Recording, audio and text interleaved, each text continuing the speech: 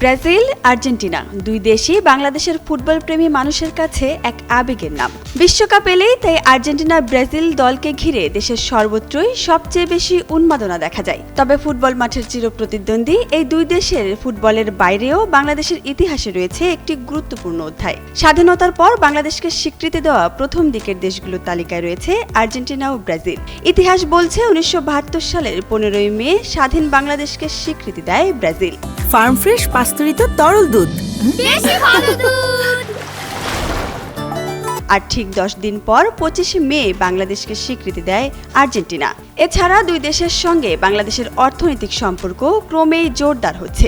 দক্ষিণ আমেরিকার এই দুই দেশের মধ্যে বাংলাদেশের সবচেয়ে বড় বাণিজ্যিক অংশীদার ব্রাজিল। আর্জেন্টিনার তুলনায় ব্রাজিলে বাংলাদেশের রপ্তানি প্রায় ৮ গুণ বেশি।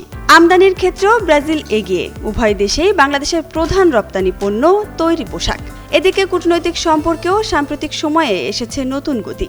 গত বছর জাতিসংঘের খাদ্য ও কৃষি সংস্থার এক বৈঠকে তৎকালীন অন্তর্বর্তী সরকারের প্রধান উপদেষ্টা ডক্টর মোহাম্মদ ইউনূসের সঙ্গে সাক্ষাৎকালে বাংলাদেশ সফরের আগ্রহ করেছিলেন ব্রাজিলের president Luiz Inacio Lula da Silva. অন্যদিকে দীর্ঘদিন বন্ধ থাকার পর ঢাকায় পুনরায় দূতাবাস চালু করেছে আর্জেন্টিনা। দেশটির রাষ্ট্রদূতকেও বিভিন্ন সময়ে বাংলাদেশি ফুটবল প্রেমীদের সঙ্গে আর্জেন্টিনার ম্যাচ উপভোগ করতে দেখা গিয়েছে।